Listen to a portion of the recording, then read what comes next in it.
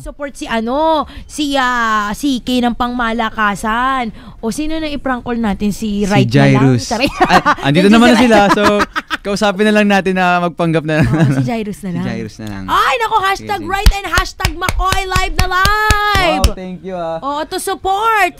Hashtag CK. O, diba? Magpa-promote din ba kayo? Taray, parang galing ba kayo sa Saudi? May kayo, gold kayo. Gold chain kami. Parang any monument mas-snatch na tayo din. Punong-puno ng gold Ay, taray. Di siya mahilig sa zipper. Ayaw na zipper Pero maraming salamat sa inyo dahil sinusuportahan nyo si hashtag CK. Siyempre, nandito hashtag Right and hashtag Makoy, ang mga baby boys next door na. Ayan tayo Pero maraming salamat sa inyo sa pagdalaw nyo dito kasi magpa-prank call kami. Ang ipa-prank call namin si Jairus. Ikaw na rin. Si Makoy at saka si Right. Si Jairus ipa-prank call ni CK. Ang eksena dito, Right tsaka Makoy, totally na fall na siya kay Vibe pero natutorpe siya. Di ba? Kaya nga parang hindi naman prank yun Parang totoo naman na parang na-fall na kayo doon. Magpa-prank ko lang kami. Hindi nga totoo na na-fall na siya pero natutorpe siya. Paano kaya niya sasabihin? Ready na ba kayo? Ready na tayo. Sagot pa dyan. I-loudspeaker mo Huwag yung pangunahan, mamaya hindi talaga sagutin. I-loudspeaker mo na pang malakasan. Ano mo yung pangalan? Wag. Ito yung pangalan. May ganyan pangalan.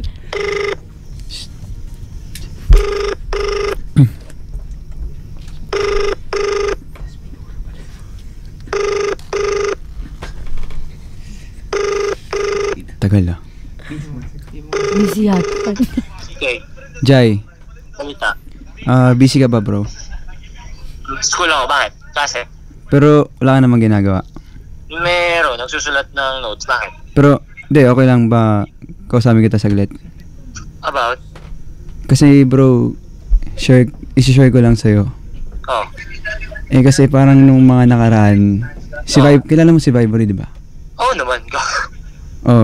Si Vibory kasi parang bigla ako na lang, kasi akala ko friends lang talaga kami.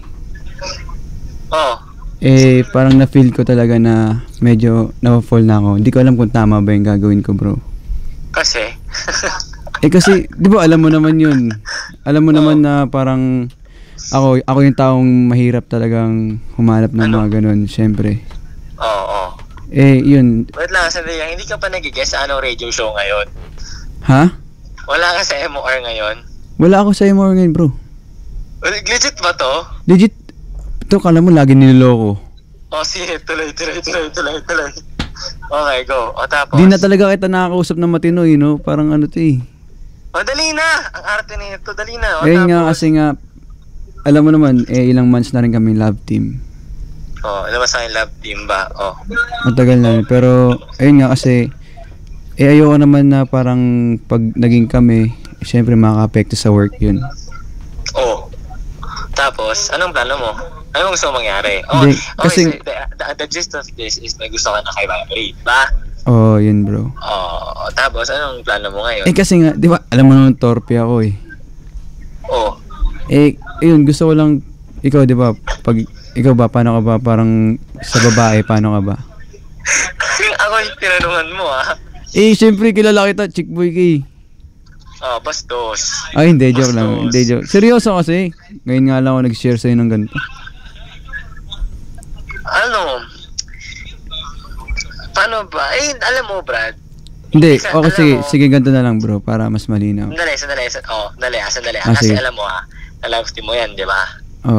Matagal na kayo magkakilala, di ba?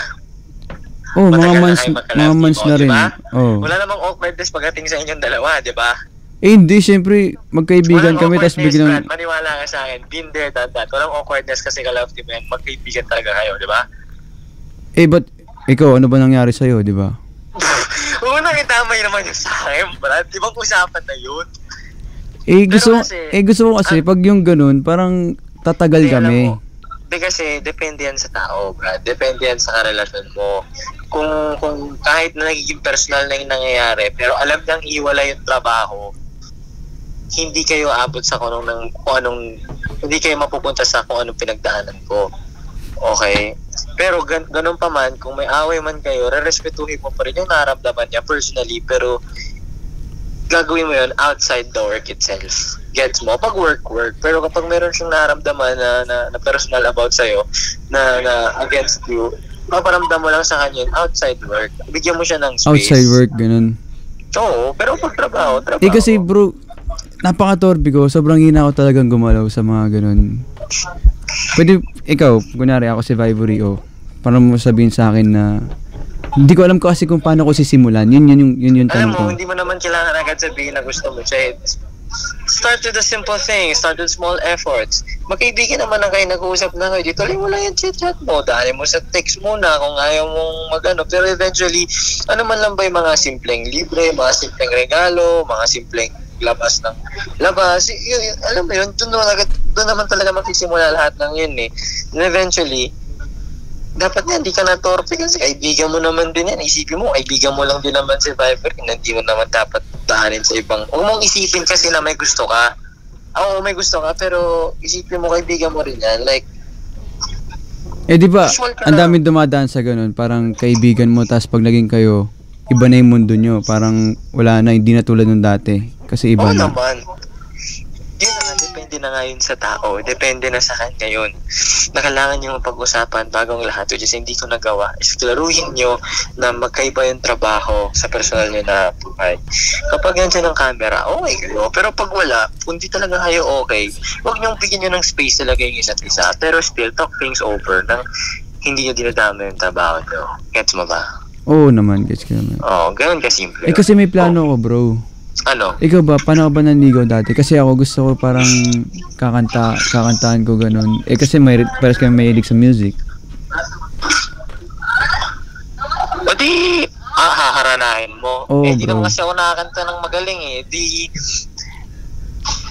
Punta mo sa bahay kung ano. Kasi, probably hindi rin naman against sa'yo yung yung family niya eh.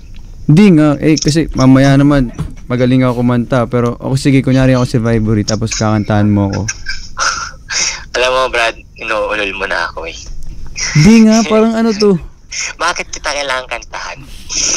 Siyempre bro, parang hindi naman tayo magkaibigan dito. Siyempre gusto kong marinig. Parang hindi na tayo nagiging magkaibigan dun sa point na pinapakanta mo ako. Nakakanta ka naman kasi bro, ikaw lang naman yung... Kanta mo siya ng Dalagang Pilipinas. Sige.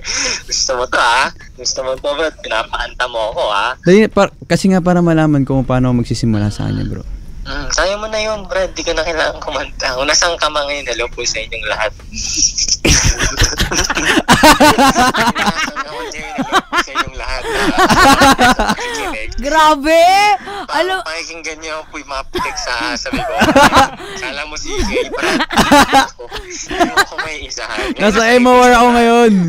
Nasa MOR ka ngayon, di ba? Nasa MOR lang naman yung nagaganyan. Hindi ka naisip mong tawagan habang nasa klase ako.